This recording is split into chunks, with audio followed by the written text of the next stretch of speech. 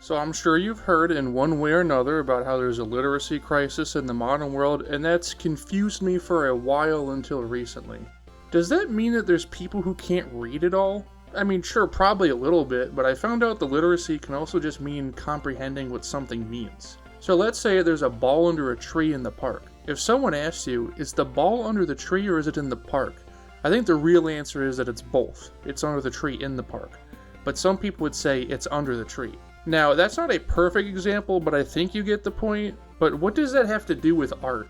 By the way, this isn't going to be a gatekeeping, elitist kind of video where I look at a line on a canvas and say, "Ah yes, verily I can say this artiste has quite the refined gestalt sensibilities whence it came to the creation of this piece."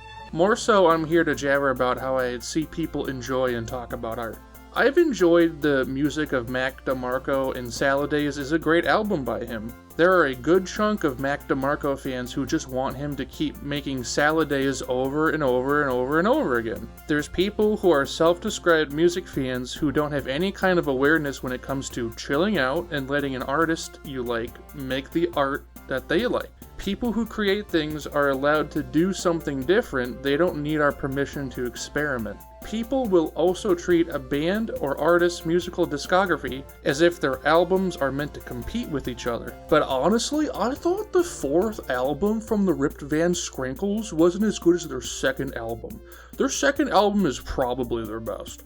In terms of animations, Smiling Friends, which is a great show, became the automatic comparison for any kind of animation that had a cartoon art style and a silly sense of humor to it. Why can't we just judge things on their own merit? Why do we always have to compare things to other things? I understand though that if someone never saw a bison before and they pointed at it and said, "What is that?" and you said, "Well, it's like some kind of cow, but it's like wild," that's obviously an oversimplification, but if you call it a cow as a foundation to build understanding on what it really is, without getting into the entire lineage of bovines until you're explaining to someone what an aurochs is. Also, there's a lot of people who never want a show to end. On the topic of Smiling Friends, if the creators don't feel like making more because they're losing inspiration, then that's great. Think about how rare it is to have a series that does well where the creators don't want to milk their cash cow until it looks like an Egyptian mummy.